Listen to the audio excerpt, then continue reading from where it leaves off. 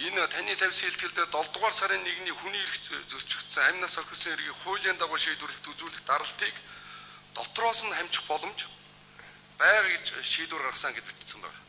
Энэ 7 сарын 1-ний асуудлаар бол улсын их хурл 2 ажлын хэсэг байгуулж яасан засгийн газар дотроос нь хамжиж юу хийсэн бэ? 7 дугаар сарын 1-ний асуудал маш хурц яригдж байгаа асуудал. Энэ дээр юу хийсэн гэж бод.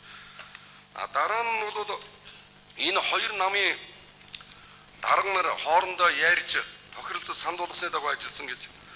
Хэн бол баяр зах цайд бол биднүүсийг өрсөн тэр гэдэг юм хорин найранд өргөдсөн юм шиг өргөдсөн ч биш баха зүгээр санд оруулсны дараа хамтарч ажилласан гэж ингэж ойлгож байна. Тийм учраас ингэж ажилласаа тэгээ хамтраа сайхан ажилласан гэдэг талаар ярьж байна. Тэгтэл та бас олон суудалтай намын ашиг сонирхлын тулгалтаас улбаалan олон бод туландыг алдсан гэж. Манай намдаар бол ер нь хамтарсан засгийн газар ийм бүгдийг дэмжиж явсан шүү дээ. Тэгээд хин одоо ямар тулгалт хийгээ та юуг нь хийж чадаагүй юм бэ гэдгийг энийг тодорхой хийж өгөөч. За ёс зүйн асуудал, цагдаа шүүхийн асуудал, авилгал яалын хуулийн асуудал. За дараа нь Монгол хүний хөгжлийн асуудал орхигдсон.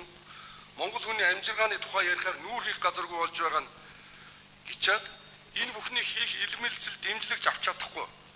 Ийм чухал асуудлыг дэмжлэгж авч чадахгүй хамтарсан нэрийн цаанд халахтлан үлдлээ гэж байгаа. Тэгэхээр энэ хаанаасаа хин дэмжлэг өгөхгүй байсан юм бэ? Би бодохдоо хамтраад бүх зүйлийг сайхан хийсэн, сая танаа сайдуучин цуг ажиллаад их сайхан зүйлүүдийг хийсэн, хамтраад хийсэн гэж ингэж яриад би бол нэг талаас нь баярлаад байгаа. Нөгөө талаар таавал энэ дээр ингэж ярьсан байх юм аа. Эннийхээ тайлбарыг хэлэхгүй юу гэж. За юуны хувьд танаас л асуугаас шүү дээ. Баяр цагт ч одоо сүүлийн 4 жил 6 сайтын төлөөлөд ярьчихдаг болсон учраас баяр цагт их өссөн баяр үргийн өнгөрсөн 4 жил хамгийн их сайн ярьсан, хамгийн их ярьсан учраас баяр цагтаас асуух юм алга. Өнөөдөр өглөө баяр цагт сайхан бэлгийн үгнээс энэ хамтарсан засгийн газрыг загалмайлсан эцэг нь гэдэг манай баярын үгнээс сүүлийн үед нэг цаашдаач бид хамтарна гэсэн үг гараад байл шүү. Энэ хамтарсан засгийн газараас гарахдаа саяны сонгуулийн хуулийн үндсэн дээр эргээд бүгдээрээ хамтрна гэсэн ярилцлага байна уу? Яагаад ийм үгнүүдийг бүлгийн дарга сангийн сайд энтерээс ингэж гараад байна? Энийг би алтан уугийн сайдаас ингэж бас асуу гэж утсан. За ерөнхий сайдаас нэг зүйл асуучмаар гомаа. Ерөнхий сайдаа.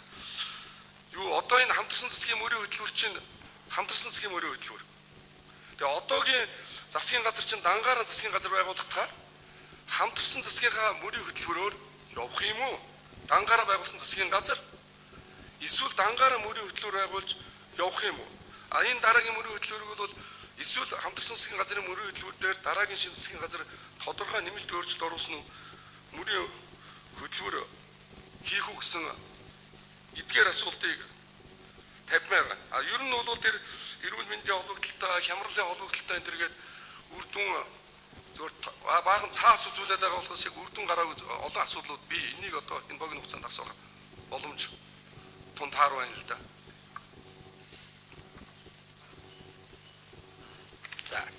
За алтан уугийн. За хэдэн хувийн биелсэн ментэр гэдэг мэдэхгүй байгаа юм биш ээ. Би эхний ээлжинд хамтарч ирсэн нөгөө намын даргийнхаа хэлсэн тоог л хэлж байна. Энэнийг хэдүүлээ сууж байгаад тоогоор хэрвээ ярьж болдго юм бол наривчлал гаргачих л гэж байгаа. Дүн нуруугаараа ноён нуруугаараа бол гол юмнууд бол болчихсон шүү гэж ингэж хэлж байгаа. Бас давхар болоогүй байгаа юм биш шүү гэж байгаа. Ер нь юмыг нэг тийм гойчлоод байх шаардлагагүй л дээ. Энэ амьдрал чинь баялаг юм чинь 3 жил 4 сар хамтраад ажиллахаар хамаг юмны өргөсөн авсан юм шиг гэлцэл болгочих нь гэж хэн ч хэлээгүй. Арчилсан хувьсгал ялаад 22 жил явж гэн 17-8 жил Монгол Ардын нам засаг дангаараа барьж байсан. Тэгэхээр одоо нэг мартаад 3 жил 4 сар хамт явсан чи хамаг юмыг энэ хамтарсан газрын засгийн газрын хамаг юмыг гэлцэл болгох юм шиг ярьдаг сэтгэдгээ бол болох хэрэгтэй. Өөр тоногдсон түүхэн өөрөг хариуцлага ухамсарлаад хамтраад дүн нуруугаараа гол юмнуудаа бол хөдлөгчлээ. Улс орны эдийн засгийн хөгжлийн гол суурууд бол тавигдчихлаа. Бие биендээ дэгээ тавьж исэн олон асуудлууд урагшлаа гэж ингэж дүгнэж байгаа. 7 сарын 1-ний асуудал бол хэвээр байгаа. Би хамтарсан засгийн газарт ороход надаас асууж байсан асуулт энэ шийдэгдээгүй хэвээр байгаа. засаг дотроос шийдэд байх юм байхгүй юм байлаа. Энэ бол улсын хурл өөрөө бас зориг зурх гаргаж худлын дээр нэг олон ажлын хэсэг байгуулж байгаа зориг зурх гаргаж шийдэх ёстой. Тэгэхдээ энэ өнөөдрийн хүртэл шийдэгдэх нь би бас эргэлзэж явна. Дахиад улс төрийн асуудал болгоод би өрөөгөө худлын нэмээр чихэл хайж байгаа.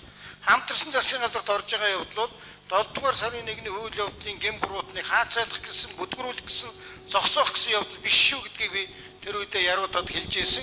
Өнөөдөр ч дахиад хэлчихье. Бас юм цаг хугацаатай байдаг юм байна. Энэ бас илчлэгдэх, гарч ирэх.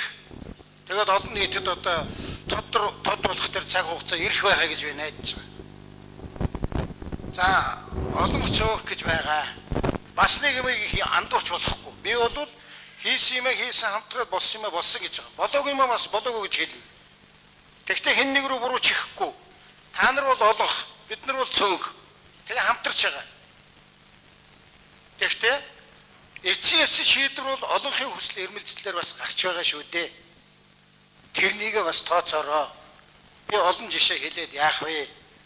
Сайхан одоо бас боломжийн хэмжээнд хамтарчаад жижиг сажиг юм ярмааргүй байна. Ер нь тэгтээ ардчилсан хамтарсан засгийн газарт орсноор ардчилсан намынхны хүсэл зориг болсон бүх юм биелснэг үйл биелээгүй биелэгч боломжгүй. Энийг бол олон болж ижил хийн. Цаашдаа хамтрах тухай би юу ч яриаггүй. Тэрнийг ярьж байгаа хүмүүсээс нь асуу. Тэр одоо тэгээ 6 сайдаа сольж тавьчихад мөрийн хөтөлбөр маань яадаг юм бол гэж толгойчин эргэж байгаа бол ерөнхий сайдаас асуу. Над руу харж аваад би бичээд авчихсан. Тэгвэл ерөнхий сайдаас тэрнийг асуу. За, ерөнхий сайд хариулъя. За, тэр биш тав гишүүний асуултанд хариулъя. Манай засгийн газрын гишүүд бас нэг одоо асуултуудад зарчмаар нь хариулаад тэгээд явах нь зүг бохоо. Нэг юу хамтарсан засгийн газрын мөрийн хөтөлбөр бол Монгол Ардын намын сонгуульд орсон мөрийн хөтөлбөр. Ер нь дийлэнх хэсэг нь мэдээж хэрэг хамтарч засгийн газрыг барьж ирсэн арчилсан намын мөрийн хөтөлбөрийн ер нь дундаас нь нийтлэг бөгөөд улс орны хөгжилд хамгийн чухал гэсэн асуудлуудын хоёр намын төвшөнд их хурлын бүлгүүд бүх талаараа бид ярьсан шүү дээ. Тэгж яагаад ер нь чухал гэж бид нар үзэж байгаа. Ер нь чухалгүй асуудал байхгүй. Тэр дотор дараалал ирэмбээр нь тавьж байгаад ингээд одоо засгийн газрын үйл ажиллагааны хөтөлбөрөөр баталсан байна. Тэгэхээр тэр бол энэ засгийн газрын үйл ажиллагааны хөтөлбөр бол Монгол улсын энэ 4 жилийн ажил амьдралыг урагшин ахиулах, Монгол улсын хөгжил дэвшлийн үндэс суурийг тавих ийм засгийн газрын үйл ажиллагааны хөтөлбөр. Энэ засгийн газрын үйл ажиллагааны хөтөлбөрийг бид нар энэ сонгуулийн бүрийн эрхийн хугацаанд энэ хөтөлбөрөөр дуусгана. Энэ манай намын мөрийн хөтөлбөр, энэ нарчсан намын мөрийн хөтөлбөр байсан. Энийг нь одоо салгаад бид нар хийн, энийг нь хийхгүй, эсвэл одоо шинээр энийг оруулж ирээд хийн, энийг хийхгүй гэсэн юм байхгүй. Бид рүү ярьсан ажил хийвэл дуустлыг гэсэн энэ хөтөлбөрөө хийгээл дуусгана. Ийм л зорилт дэвшүүлж ажиллана. За баярлалаа.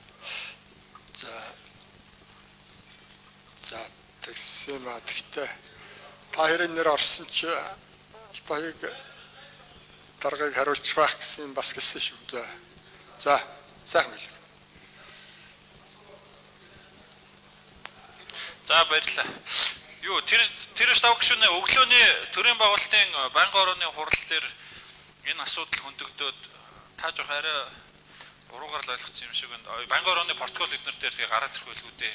Миний хэлсэн санаа юу гэхээр зэрэг хүмүүс их стандарт бус ерөөсөө бид нар энэ Монголд л нэг тийм бусад хаач байдгүй шинэ юм хийцэн юм шиг тийм утгаар нь яриад тахаар энэ бол бусад улсуудад байдаг жишээ. Ялангуяа та бол Германы амьдрал их мэдэн шүү дээ. Өөрөө тэнд бас ажиллаж амьдарч ирсэн хүн. 2 дугаар дайнаас хойш хэдэн ч удаа их хөвсөл байгууллагад хамгийн сүүлд хэдхэн жилийн өмнө хүртэл байгууллагатад явж ирсэн.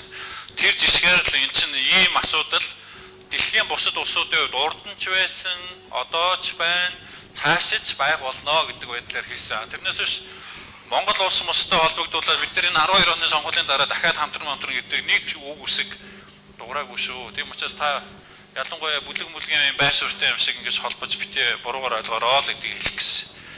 Би энэ хэлсэн юмгаа бол хаан хэлээл явна. Тэр чинь үнэн л тийм юм чинь.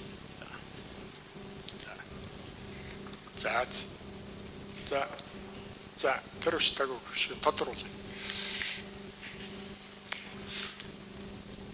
За энэ герман рууны жишгийг би сайн мэднэ. Энэ ер нь бол олон голчоод цөөхөндөө хамтардаг юм бол дэлхийн аль ч улсанд хөгжилтэй улсад байхгүй. Олон голчоод Африкийн хэдэн улсад байгаа. Би бас тэрийг чинь энэ хамтарсан талаар нэлээд юм уншсан үнийг бол мэдэж байна. Германыхан бол ойролцоо байдаг учраас тэрийг ч бас мэдэж байна. Тэр над заагаад тэрэг байхгүй. Би зүгээр алтан үеийг дараагаас цаашдаа бол та бүгд маань энэ 80% биелтийг үнэхээр 80% гэдгийг хэдэн хувийн биелэлтэй байгаа гэдгийг бас тодруулах хэрэгтэй юм шиг. Яг гэвэл ардс намын бүлэг хамтарсан засгийн газрын үнэлгээнд муу дүн тавиад хийлээгүйгээ тавьцсныг бид сонссон. 7 сарын 1-нд дээр бол бүр хуулийн амь нас охирсон хэргийг хуулийн дагуу шийдвэрлэх үзүүлэх даралтыг дотроос нь хамжих боломж байгаа гэж ойлгож шийдвэр гаргаж чадсан юм а гэж таны хэлс үгэнд байгаа учраас би энийг л асуусан юм л да. Тийм учраас бол би зүгээр энийг одоо асуулт болгож 7 сарын 1-нийг дахин сөхөж яриад яг та бол их хурл руу одоо шилжүүлээ гэсэн асуудал байгаа учраас энийг цаашдаа бол энэ 7 сарын 1-нд За 7 сарын 1 гэсэн юм тодруулж. Алтаа.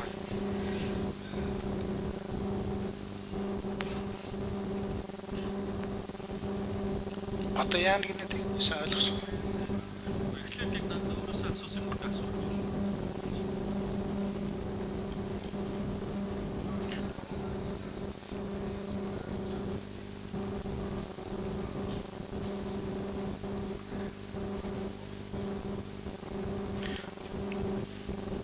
За одоо тэгээ 7 сарын 1-ний асуудлыг чинь бас засаг дээр яриад үр дагаврыг нь арилгах чадсан байшин амир үтсэн хүмүүс тэнд оролцсон олон янзын холбогдогч гэдэг энэ асуудал дээр бол засгийн газрын зүгээс тодорхой саналуудаа гаргаад боловсруулад их хурлд оруулаад шийдсэн шүү дээ. Одоо энэ дээр аль нэг намын байшингийн төлбөр төлсөн гэдэг хэрүүлийг та нэг босгоод яах вэ?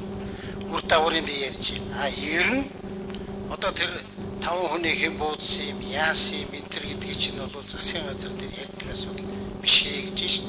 Энэ их хурл дээрээ яриад ажлын хэсгийг байгуулж шийдэх ёстой.